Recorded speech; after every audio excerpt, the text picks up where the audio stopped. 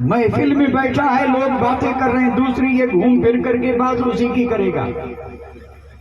گھر میں بیٹھا ہے تو خیال اسی کا، محفل میں ہے تو تذکرہ اسی کا، رات میں سویا تو خواب بھی اسی کا، کیونکہ مقصد جو بنا لیا ہے، یعنی بھاگ دوڑ بھی اسی کے لیے، تذکرہ بھی اسی کا، خیال بھی اسی کا، اور خواب بھی اسی کا۔ یہ ہے مقصد۔ میں مقاصد میں سے کسی مقصد کا نام نہیں لے رہا ہوں، بے شمار مقصد ہیں۔ اور پھر یہ جملہ یاد کرنے کا، سمجھنے کا یہ ہے کہ جس کو مقصد بنایا خیال اسی کے ہے، دھیان اسی کا ہے، ذکر بھی اسی کا ہے۔ اور یہاں پہنچ کر کے میں یہ عرض کر دیا کرتا ہوں، حد تو یہ ہے کہ جس چیز کو مقصد بنایا اگر حرم میں بھی پہنچا تو ہاتھ اٹھا کے دعا بھی اسی کی مانگی، اور صرف حرم ہی نہیں، چونکہ مکہ المکرمہ میں تو وہاں قدم قدم پہ دعا کی قبولیت کی جگہیں ہیں، جہاں دعائیں قبول ہوتی ہیں وہاں مانگ وہی رہا ہے جس کو مقصد بنایا۔ کیا یہ حد نہیں ہوئی؟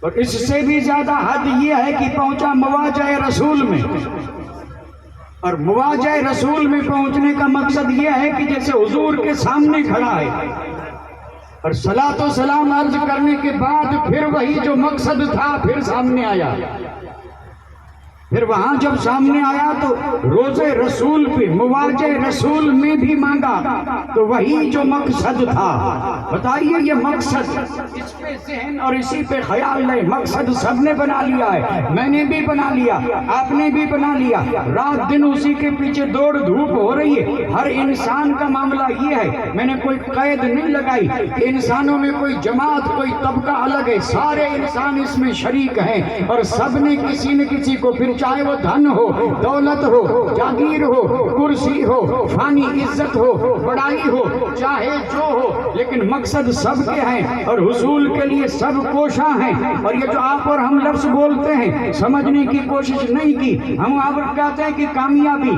پوچھئے تو کامیابی کہتے کس کو ہیں؟ جب تک یہ مقصد، حصول مقصد یہ سمجھ میں نہ آئے گا کامیابی بھی سمجھ نہیں آئے گی۔ جس نے جس کو مقصد بنایا اگر مقصد مل گیا تو کامیاب ہے، اور مقصد نہیں ملا یعنی حصول مقصد ہی کا نام ہے کامیابی۔ اب ذرا میں بڑی اہم بات عرض کرنے جا رہا ہوں، اور اگر اس پہ آپ نے دھیان دیا تو آگے بات کا سمجھنا بہت آسان ہوگا، بہت آسان ہوگا۔ میں بات کر رہا تھا انسان کی، میں بات کر رہا تھا انسان کی، اور پھر چاہے جہاں کا ہو انسان نے مقصد بنا لیا، اور انسانوں میں بھی ایک وہ انسان ہے جو انسان بھی ہے اور صاحب ایمان بھی ہے۔ انسانوں میں وہ انسان کا جو مقصد ہے، انہوں نے جو مقاصد بنا لیے زندگی میں، اور جس کو مقصد حیات بنا لیا، کیا ایک صاحب ایمان کا بھی زندگی کا مقصد وہی ہے؟ آپ جواب دیں یا نہ دیں، میں دے رہا ہوں، اور وہ جواب یہ ہے کہ نہیں، انسانوں کی زندگی میں انہوں نے مقصد چاہے جس کو بنایا ہو، لیکن انسانوں نے جسے مقصد بنایا مومن اور ایمان والے کا مقصد وہ نہیں۔ اور اگر کوئی مجھ سے پوچھے وہ کیوں نہیں ہے تو میں عرض کر دوں وہ اس لیے نہیں ہے کہ انسان اور ہے، صاحب ایمان اور ہے۔ انسان سے صاحب ایمان ہر چیز میں، ہر حال میں، ہر حالت میں جدا ہے، اور جب ہر چیز ہر حال جدا ہے تو پھر مقصد حیات بھی جدا ہے۔ زبردست جملہ عرض کیا ہے میں نے، اور جس کو نہ سمجھنے کی وجہ سے ہم دوڑ کر کے غیروں سے مل گئے۔ یہ ملنے والا نہیں تھا، یہ جدا رہنے والا ہے۔ اس کو تو ہر چیز جدا دی گئی، یہاں تک کہ خیال جدا ہے، نظریہ جدا ہے، چہرہ جدا ہے، لباس جدا ہے، اٹھنا جدا ہے، بیٹھنا جدا ہے، زندگی کے سارے معاملات جدا ہیں۔ حد تو یہ ہے کہ مرنا بھی جدا ہے، جینا بھی جدا ہے، حشر میں اٹھنا بھی جدا ہے، اور جنت میں جانا بھی جدا ہے۔ اسی جدا جدا پہ عرض کریں تو کافی طویل ہے یہ مضمون، ہر شے جدا ہے، پھر یہ مل کیسے گئی؟ حالانکہ اللہ نے اور اللہ کے حبیب نے اور مرشدان نے برحق نے یہی تو کام کیا، سمجھا دیا تھا کہ تو بھی انسان ہے، وہ بھی انسان ہے، لیکن وہ انسان وہ ہے جو خدا کو نہیں مانتا، رسول کو نہیں مانتا، اور اس کا کوئی مرشد نہیں، اور تو وہ ہے کہ خدا کو بھی مانتا ہے، رسول کو بھی مانتا ہے، اور ذرا یہ بھی تو دیکھ کہ تیرا کوئی مرشد ہے، اور ہے بھی تو کیسا ہے۔ سب الگ ہے تو انسانوں میں، لیکن سب الگ، چارہ بھی، لیکن جب سنت سجائے گا تب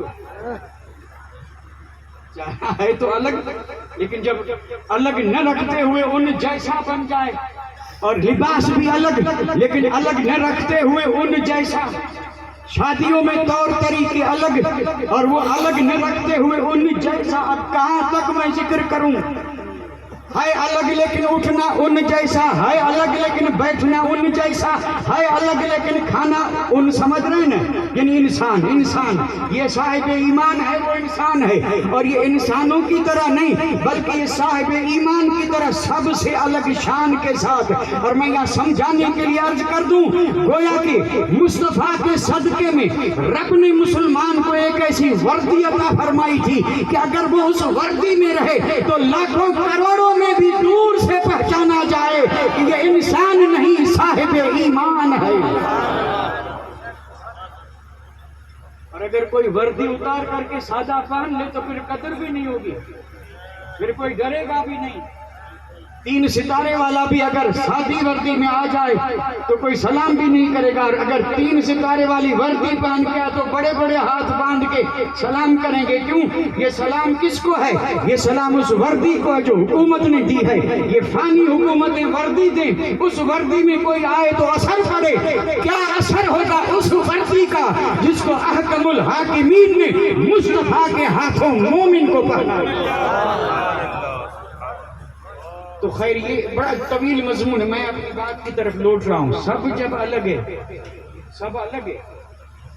تو پھر مقصد حیات بھی سب سے الگ ہے، اور ہمیں یہ سمجھنے میں دشواری اس لیے آتی ہے کہ گٹ مٹ ہو گیا، معاملہ مل گیا۔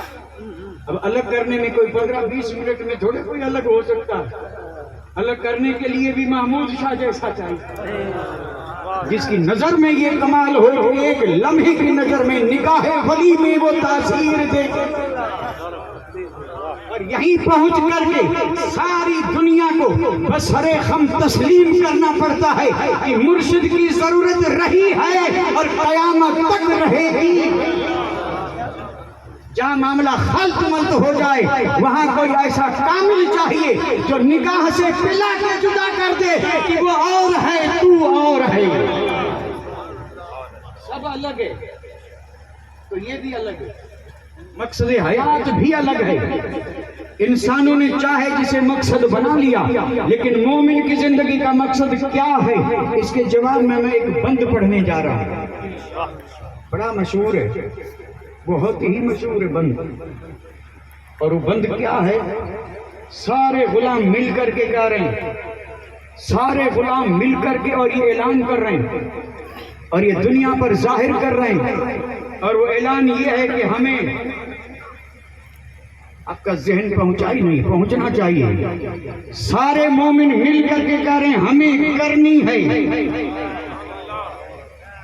ہمیں کرنی ہے شہنشاہ بطحا کی رضا جوئی۔ وہ اپنے ہو گئے تو رحمت پروردگار۔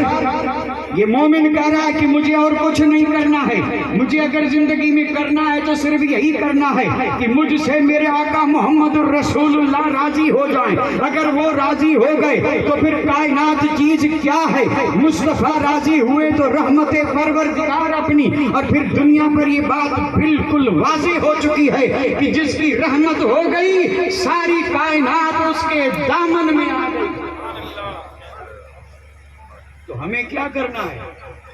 دنیا چاہے جو کرے، اگر صرف یہی سمجھ میں آئے، اور انشاءاللہ ایسی محفلوں میں تو آنا ہی چاہیے، کیونکہ ہم یہاں جو کچھ بھی عرض کر رہے ہیں وہ پیغام ہے، ہمارے پاس کچھ بھی نہیں ہے، ہم پیغام پیش کر رہے ہیں، اور یہ پیغام ہے کس کا؟ اللہ اکبر۔ یہ پیغام کس کا ہے؟ اور صرف تنہا میں ہی نہیں بلکہ اس پیغام کی جب کمی دکھائی دی تو مرد قلندر نے جا جا پیغام دینے اور آج گھر گھر یہ پیغام پہنچ گیا. اللہ عمل کی توفیق عطا فرمائے. ہم مومن ہیں, ہم مسلمان ہیں, ہمیں کیا کرنا ہے؟ جو انسان کر رہے ہیں وہ نہیں, بلکہ ہمیں ہر وقت یہ کرنا ہے کہ ہمیں مصطفیٰ کو راضی کرنا ہے. اگر وہ ہو گئے اپنے تو رحمت پروردگار اپنی. مومن کی زندگی کا مقصد ہے اللہ کے حبیب کو راضی کرنا. لیکن پھر یہاں بات ذرا مشکل پیش آئی کہ اللہ کے حبیب کو راضی کرنا مقصد حیات ہے, تو اب اللہ کے حبیب کو راضی کریں کیسے راضی کریں؟ ٹھیک ہے, بڑا مشکل مسئلہ میرے سامنے بھی آ گیا, اور یہ بات اگر کروں تو کچھ لوگ اس میں شش و پنج میں بھی پڑھ سکتے ہیں, لیکن سوچتا ہوں نہ کروں, اشارہ کرتے گزر جاؤں. اللہ کے حبیب کو راضی کرنا ہے. کچھ لوگ کہتے ہیں نمازیں پڑھو, ٹھیک ہے, نمازیں پڑھو, غلط تو نہیں ہے. روزے رکھو مصطفیٰ راضی, حج کرو مصطفیٰ راضی, صدقات خیرات دو مصطفیٰ راضی. اور پھر یہ سب سے زیادہ جو کر رہے ہیں یہ چیزیں جن کے بارے میں سوچا جا رہا ہے کہ یہ کرو راضی, یہ کرو راضی, اور یہ جو سب سے زیادہ کر رہے ہیں اسی پہ فتویٰ آ گیا. آپ کچھ بھی نہیں سمجھے, یعنی جو یہ سب سے زیادہ کر رہے ہیں اسی پہ فتویٰ آ گیا. اور یہ آقا کو راضی کرنا تو دور کی بات ہے, اسلام سے بھی نکل گئے, اسلام سے بھی نکل گئے. نہ نمازوں کی کمی, نہ روزوں کی کمی, نہ حج کی کمی, نہ زکوٰۃ کی کمی. سجدوں کے نشان ایسے کہ دور سے نظر آئے, مصلی تسبیح ہر وقت ساتھ میں, ہر سال حج, سال میں 10 عمرے, لیکن فتویٰ لگا دیا کہ ایمان نہ رہا. تو اب حیرت کی بات ہے, راضی کرنا ہے مصطفیٰ کو تو پھر راضی کریں کیسے؟ اور کریں کہ نمازیوں سے راضی نہیں ہوئے, حج والے سے نہیں, زکوٰۃ والے سے نہیں, میں منکر نہیں, یہ ساری چیزیں ضروری ہیں, لیکن مصطفیٰ کو راضی کرنے کے لیے کسی اور چیز کی ضرورت ہے. اب وہ چیز کیا ہے؟ تو میری بات سمجھ میں نہ آئے, دنیا میں جتنے بھی دار افتاح ہیں وہاں لکھ کر کے بھیج دیجئے کہ وہ چیز کیا ہے. وہ ہے مرشد برحق, وہ ہے مرشد برحق. جب کسی کو مرشد بنا کے ہاتھ اس کے ہاتھ میں دے دیا تو اب یہ ذمہ مرشد کا ہے کہ مرید سے مصطفیٰ راضی ہو جائے. اور یہ پوری اسلام کی سیرت پڑھ لیں, جنہوں نے بھی مصطفیٰ کو راضی کیا ہے تو طریقہ یہی رہا ہے. اور جب مصطفیٰ راضی ہوئے, اب یہاں صرف آخری بات عرض کر رہا ہوں, صرف آخری, اور وہ بات میں نے جو کچھ بھی عرض کیا ہے اس کے خلاصے کے طور پہ, یعنی مقصد ہے میرے آقا کو راضی کرنا, اور رضا کے لیے ذریعہ ہے مرشد. مرشد تک پہنچنے کے لیے ذریعہ ہے ماں باپ. یہ سارے وسیلے ہیں, ماں باپ ہیں, استاد ہے, مرشد ہے, اور پھر مصطفیٰ ہے, اور پھر رب کی بارگاہ, اور ہم وسیلے والے ہیں. تو یہی وہ وسیلے ہیں جو خدا تک پہنچاتے ہیں, اور انہی سے اللہ اور اس کا رسول راضی ہوتا ہے. اور جب ہوا راضی تب کیا ہوا؟ مصطفیٰ جب راضی ہوئے تب کیا ہوا؟ انعام کیا ملا تو سن لیں. بندہ عمر بھر کوشش کرتا رہا, مقصد حیات یہی بنایا کہ میں کام وہی کروں جس سے مصطفیٰ راضی. اور جو یہ مقصد بنا لیتا ہے تو خیال بھی وہی, خیال اور تذکرہ بھی اسی کا, خواب بھی اسی کا, مانگا تو بھی وہی چیز مانگی. جسے میں نے پہلے عرض کیا, جو مقصد بناتے ہیں ہر حال میں مقصد تو سامنے رہتا ہی ہے. جب مقصد یہ ہے کہ مصطفیٰ کو راضی کریں تو ظاہر بات ہے اٹھے گا تو اٹھتے ہوئے خیال آئے گا, اٹھوں ایسے جس سے مصطفیٰ راضی, سوؤں ایسے جس سے مصطفیٰ راضی, کھاؤں ایسے جس سے مصطفیٰ راضی. زندگی سنور گئی, اور زندگی جب سنور گئی تو بندگی بھی مقبول ہو گئی. اور جب یہ اسی طرح زندگی بسر کرنے لگا, مقصد یہی تھا کہ مصطفیٰ راضی ہو جائیں. اور پھر رب نے کرم فرمایا, رحمت للعالمین ہوئے راضی. جب مصطفیٰ راضی ہوئے تو ہوا کیا؟ ہوا یہ کہ لاکھ بار کوئی کہے کہ میں مصطفیٰ کا ہوں کچھ بھی نہیں, لیکن راضی ہو کے اگر ایک بار آقا کہہ دیں کہ یہ میرا ہے, معراج ہو گئی. ایک بار فرما دیں کہ یہ میرا ہے, اور یہی ہے بندگی کی معراج، اور یہی ہے مصطفیٰ جان رحمت کا راضی ہونا۔ اور آخری بات جو میں کر رہا تھا بڑے اختصار سے عرض کرتا چلوں، نام آپ نے بھی سنا ہوگا، حضرت بایزید بستامی، بایزید بستامی کس شان کے ولی ہیں، گئے حج کے لیے، حج کر کے گئے کہاں؟ مدینہ منورہ۔ اب جانا تھا مواجہ شریف میں حضور کی بارگاہ میں سلام پیش کرنے، لیکن وہاں پہنچے تو دیکھا بھیڑ ہے، کونے میں کھڑے ہو گئے، فرمایا بھیڑ ذرا کم ہو تو پھر جاؤں۔ اب آپ وہاں کھڑے کھڑے دیکھ رہے ہیں کہ ایک صاحب آئے، صلاۃ و سلام عرض کر کے ہاتھ اٹھائے اور کہنے لگے یا رسول اللہ، عمر گزر گئی، گھر نہیں، یہاں پہنچا ہوں اور آپ کرم فرما دیں گھر مل جائے۔ اس نے مانگا گھر، بایزید مسکرائے۔ اس نے بھی دیکھا کہ کوئی درویش مسکرا رہا ہے، اچھا تو نہیں لگا۔ وہ جب آگے بڑھا تو آیا دوسرا، اس نے صلاۃ و سلام پیش کر کے کہا یا رسول اللہ، عمر بسر ہو گئی اور پھر میں بالکل فقیر مسکین ہی رہا، آپ کی دربار میں آیا ہوں، مصطفیٰ کی دربار میں مسکین جاؤں، غنی کر دیں۔ یہ دعا مانگ رہا ہے بایزید، پھر مسکرائے، اور مسکرائے۔ اس نے بھی دیکھا کہ مسکرا رہے ہیں، اچھا اس کو بھی نہیں لگا، یہ بھی آگے بڑھ گیا۔ آیا تیسرا، اس نے کہا بیمار ہوں، شفا نہیں ملی، حکیم طبیب سارے کے سارے، لیکن کہیں سے شفا نہیں ملی۔ اے شفا دینے والے آقا، وہ شفا دینے والے آقا شفا دے دے۔ شفا مانگی، بایزید مسکرائے۔ اب آیا آخر میں وہ جس کو کرسی کی تلاش تھی، اس نے کہا 60 سال کی عمر ہو گئی، آگے 2-3 سال ہیں، اور اتنی ساری عمر کرسی کے چکر میں گزار دی، ملی نہیں، ذرا کرم فرما دے آخر میں یہ حسرت پوری ہو یا رسول اللہ۔ کرسی مانگی، بایزید مسکرائے۔ اب یہ جو جا رہے تھے انہیں بھی یہ بات پسند نہیں آئی، مل کر کے آئے اور حضرت بایزید بستامی سے کہنے لگے کہ کیا ہم بے عقل ہیں، کیا ہم غلط کر رہے ہیں؟ اگر یہاں نہ مانگے تو کہاں مانگے؟ کیونکہ یہی وہ در ہے جس کے بارے میں رب نے فرمایا اما السائل فلا تنہر، یہاں نہ مانگیں تو کہاں مانگیں؟ تو بایزید بستامی نے فرمایا ٹھیک ہے، میں بھی مانتا ہوں کہ یہیں مانگنا چاہیے، لیکن مانگنے والوں ذرا مانگنے سے پہلے سوچ لیا ہوتا کہ کہاں مانگ رہے ہیں اور کیا مانگ رہے ہیں، کہاں مانگ رہے ہیں، اور یہ چیز یہاں مانگی جاتی ہے جو تم مانگ رہے ہو، در تو دیکھو یہاں کیا مانگنا چاہیے اور تم کیا مانگ رہے ہو۔ تو ان لوگوں نے مل کر کے کہا ہم سے بھول ہوئی، ذرا آپ ہی مانگ کر کے دکھا دیں کہ یہاں کیا مانگ۔ تو بایزید نے چونکہ گرم کرنا مقصد تھا، لوہا گرم ہو نا تو تھوڑا اثر کرتا ہے، آپ نے فرمایا نہیں میں مانگوں گا، لیکن پہلے تم مانگ لو، پہلے تم مانگ لو۔ وہ کہیں آپ مانگیں اور یہ کریں نہیں پہلے تم مانگ لو۔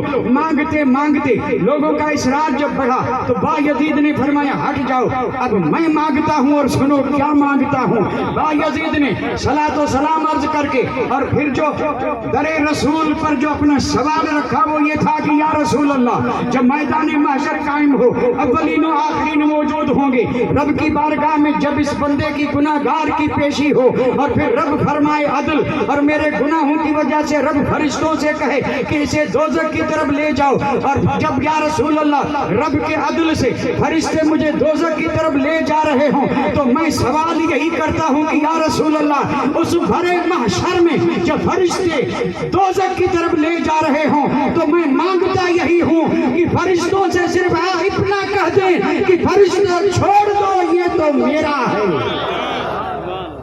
یہ تو میرا ہے، جسے میرے آقا کہہ دیں یہ میرا ہے، سمجھ لو مصطفیٰ راضی اور ہو گئی معراج۔ اور یہ حاصل کرنے کے لیے کہ مصطفیٰ کہہ دیں یہ میرا ہے، یہ تب ہوگا جب مرشد کہہ دیں کہ یہ میرا ہے، کیونکہ یہ بغیر مرشد کی مدد کے نہیں ہوگا۔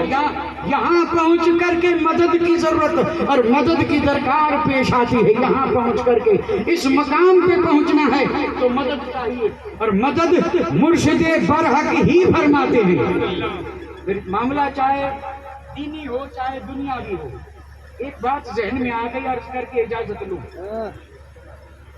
بغیر مدد کے دین دنیا دونوں کی کامیابی کے لیے مدد، اسی لیے تو الحمدللہ ہم جب بھی ذرا معاملہ مشکل نظر آیا فوراً پکارا اور مدد آئی۔ اور انشاءاللہ یہاں بھی آئے گی اور وہ مدد ملتی رہتی ہے. یہی تو کمال ہے مرشد کا. تو اب میں عرض کر رہا تھا بس 2-4 لفظ بول کے شاہ نقشبند. شاہ نقشبند یہ کون ہیں کہ جن کے مرشد نے خلافت دے کے فرمایا تھا کہ ہے تو تو میرا خلیفہ لیکن نقشبندیوں کا شہنشاہ تو رہے گا اور یہ سلسلہ تیرے نام سے روشن ہو. اور اس کے ساتھ یہ بھی بتا دیا تھا کہ اگر کوئی دعائیں مانگ رہا اور دعا قبول نہ تھی ہو تو شہنشاہ نقشبند کا وسیلہ لے کے دعا مانگے, دعا قبول ہوگی. اب کمی کس چیز کی ہے؟ دعا قبول نہ ہوتی ہو تو شاہ نقشبند کا وسیلہ لیں, انشاءاللہ رب دعا قبول فرمائے. تو شاہ نقشبند آئے تھے کابل میں, کابل افغانستان میں ہے. اور جب شہر میں آئے تو بھیڑ جمی. دور ہی ایسا تھا, سب دیوانوں کا دور تھا. اور پھر اللہ والے کا چہرہ سبحان اللہ, سارا شہر امٹا. اس وقت کا جو حاکم تھا اس کی ایک کنیز بھی بازار میں آئی ہوئی تھی. اس نے جب دیکھا کہ اتنی بھیڑ, کوئی بزرگ آیا ہے, آگے بڑھ کر کے پوچھا کہ یہ شہر یہاں کیوں آیا؟ تو انہوں نے کہا یہ فلاں بزرگ ہیں جو بخارا سے آئے ہیں اور یہ سارے لوگ نسبت کے لیے کھڑے ہیں. اس بزرگ سے نسبت قائم ہو جائے تو بیڑا پار ہو جائے. تو اس نے کہا میں بھی نسبت میں آ جاتی ہوں. اب نسبت سب کو مل رہی تھی, اسے بھی ملی اور یہ پہلے ہی بڑی نیک تھی. اور جب نسبت مل گئی تو اور زیادہ نیک ہو گئی. اور پھر اس پہ لگا الزام یہ لگا کہ اس نے بادشاہ کی رانی کا ہار جو ہے یہ چرایا ہے. اب یہ حسد والی جو تھی انہوں نے الزام لگا دیا. بادشاہوں کا تو ذہنی ایسا ہوتا ہے. اور بادشاہ نے تحقیق نہیں کی, الزام کو سچا سمجھ کر کے, اور جلاد کو حکم دیا کہ اس کنیز کو جس نے میری بادشاہی دربار کی قدر نہیں کی اور ہار چرایا ہے, چھت پہ لے جاؤ اور وہاں سے گرا دو. اب یہ جلاد اس کنیز کو لے گیا چھت پہ, اور جب گرانے لگا تو اسے یاد آیا کہ جب میں نسبت قائم کر رہی تھی شاہ نقشبند سے تو مجھ سے کسی نے کہا تھا کہ حشر میں بھی کام آئیں گے, دین میں بھی کام آئیں گے, دنیا میں بھی کام آئیں گے, اور اگر کوئی مشکل پڑے پکار کے دیکھنا, مشکل میں بھی کام آئیں گے. کنیز کو یاد آیا کہ اس سے بڑی مشکل کیا ہوگی, بس اسے دھکا دینے کی دیر تھی. ادھر اس نے دھکا دیا اور ادھر اس نے پکارا شاہ نقشبند المدد. پکارنے کی دیر تھی, جلاد نے دھکا دیا, زمین کے گرنے کے بجائے مرشد کے ہاتھ میں. اور جب ہاتھ میں آئی اور آپ نے جب زمین پہ رکھا تو عرض کرنے لگی کہ آقا آپ یہاں کب آئے؟ تو جواب سن لیں. مرشد برحق نے فرمایا تو از چوبارہ آمدی از من از بخارا آمدم. یعنی دیر اتنی لگی کہ تو چھت سے نیچے آئی ہے, اور جب چھت پہ تھی تو میں بخارا میں تھا, اور جب تجھے دھکا دیا تو نے پکارا تو تیرے گرنے سے پہلے میں یہاں تھا. علینا الا البلاغ وآخر دعوانا الحمدللہ رب العالمین.